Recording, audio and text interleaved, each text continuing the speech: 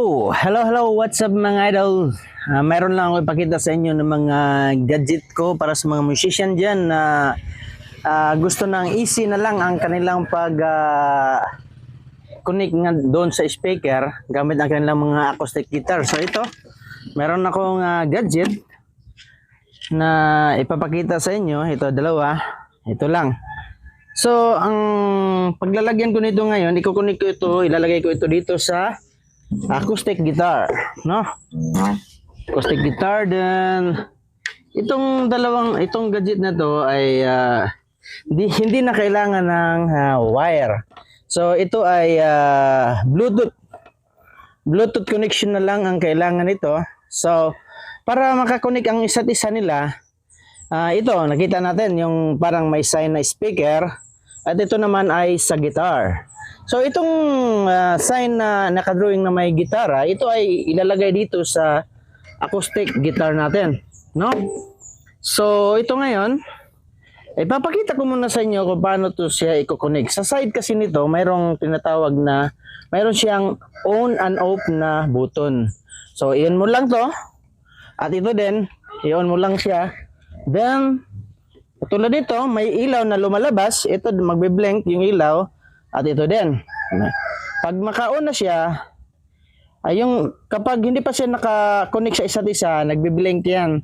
Pero pag naka-connect na, ito na steady na yung ilaw niya, hindi na siya nagbi-blink. Ibig sabihin, ay ready na siya na i-connect doon sa speaker. So meron akong speaker doon lang kasi malayo. Kasi alam naman natin na ma-excel lang yung extension wire ko. So ngayon, pupunta ako ngayon doon sa speaker. Ito ang speaker ko, makikita natin, isa lang to. So, i-connect ko ito ngayon dito sa gitara. Sa ilagay ko tong gadget. Then, i-on ko lang yung speaker. So, naka-audio input daw siya. Ito.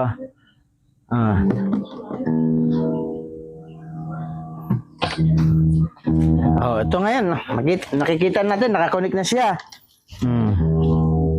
Ito nga.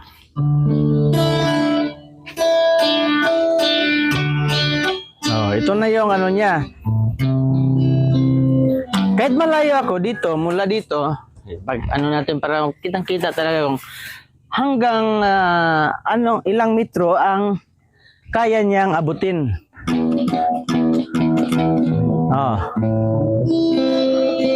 So ito mula sa gate namin, itong gate namin Kawayan, ito, mula dito. Magbilang ako ng ilang hakbang. 1, 2, 3, 4, 5, 6, 7, 8, 9, 10, 11, 12, 13, 14. Okay.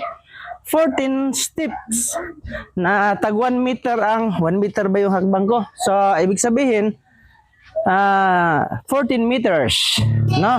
So dito ako ngayon, kat nandito ako, kaya pa rin niyang abutin yung speaker. Okay.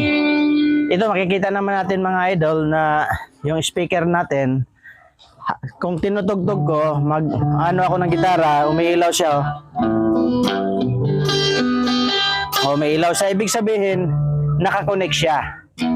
Okay guys, sinishare ko lang tong gadget ko para naman magkaroon din naman kayo ng idea. Kung mahilig kayo sa musika at ayaw nyo naman ng wired ng mga connection, so kailangan nyo ng wireless. So ito ang solusyon sa inyong mga problema, no? Okay guys, salamat sa inyong papanood.